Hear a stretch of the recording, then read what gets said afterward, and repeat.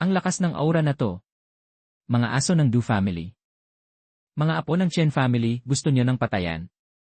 Ang mga Du family nyo talaga, hindi marunong rumespeto. Hindi ko pa kayo pinapansin, pero dito nyo pa rin ako hinanap.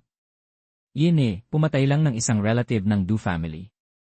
Akala nyo ngayon kaya nyo na gumising. Tapos na ang era ng Chen family. Ang mundo ngayon, Du family na ang naghahari. Yin ninakaw ang teknikes ng Chen family at tumagal ng 10,000 years, ang kapal ng mukha niyong tawaging rulers. Mga daga lang kayo. Ang yabang. Glorious na ang Chen family. Pero 10,000 taon na ang nakalipas, parang usok na ring nawala. Ha ha ha ha ha. At dapat nang mabura ang existence niyo sa mundo. Ang ganda pala ng view sa disyerto, bagay na libingan nyo. Lahat ng bagay ay babalik sa pinanggalingan. Kahit 10,000 taon pa ang lumipas. Habang buhay ako, ang Du family ay magiging alipin lang ng Chen family. Laban. Putya. Totoo pala ang chismis. Galing pala sa iisang lineage ang profound skills nila. Halata namang mas malakas si Chen Nan kaysa kay Du Hong. Godly. You. Annihilation hand. Teka, wala ba kayong sariling style ang Du family? 10,000 taon na, maraming powerful families na may sariling mga teknikes. Kayo lang ang Du family na walang sariling inherited teknikes. Nakakahiya. Based sa chismis, totoo pala. Hindi niya ginamit ang teknik ni Xiaxu, kundi reversed profound skill. Impossible. Paano magiging reversed ang isang profound skill? Siyempre hindi nyo kaya yon. Hindi ba sinabi sa inyo ni Duyo? Ang Chen. Ang profound skill ng Chen clan. Ako lang ang makakabaliktad. Ako lang ang pwedeng tumahak sa landas ng mga Diyos at demonyo. Ang mag-traitor sa Chen family, disloyal. Pumatay kay Yuxin, inhuman. Disloyal, inhuman, walang hiya, dapat lang mamatay. Ano? Hahaha. Ikaw. Nagtago ng tunay mong lakas nung pinatay mo si Duyo. Hahaha. Mukha kang tanga. Hindi mo lang ba namalayan? Ngayon mo lang na-realize. Tama si Elder. Mga siraulo kayong Chen family. Hahaha. Utang na dugo, dugo ang bayad. Kung pumatay ka, dapat handa ka ring mamatay.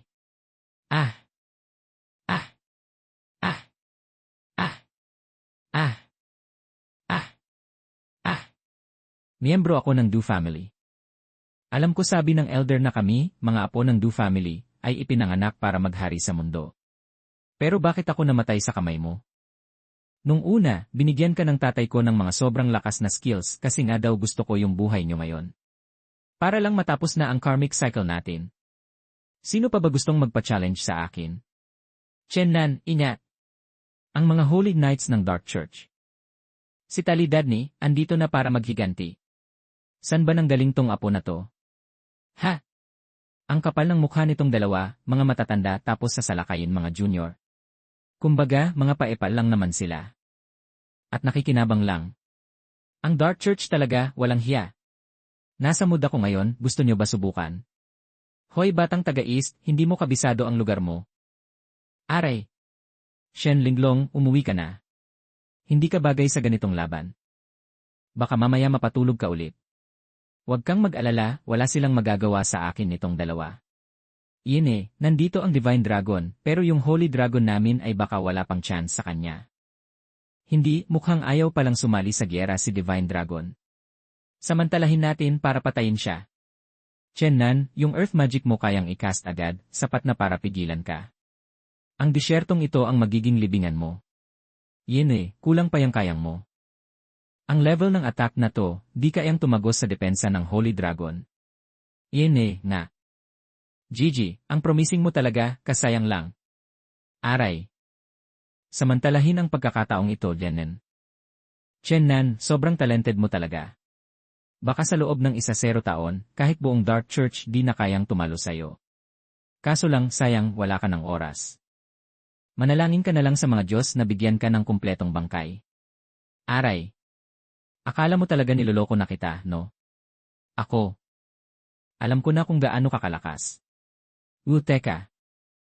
Lali nga. Ang depensa ng Holy Dragon ay di masira. Paano nangyari yon? Aray, sige na. Laban tayo ng sabay-sabay hahaha. Ang Holy Dragon hahaha parang laruan lang sa kamay ko. Aray, yanan. Yaya aray paano mo? Nagawa yan? Hindi ba, hahaha mabuti pa, tapusin ko na kayong lahat ng sabay-sabay. Hahaha aray, hahaha sakay. Sumakay sa hangin, lunukin ang mga bundok at dagat, basagin ang libu-libong pounds sobrang lakas, nakakatakot talaga. Ubus na ang lakas niya. Oras na para tapusin yeye, ang kapal ng mukha, ginagawa pang attrition war. Tapos na to, tapos na. Ilang kaaway ba ang ginawa nitong lalaking to? Walang hiya. Hahaha, sadyang inaakit niya tayo para lumabas.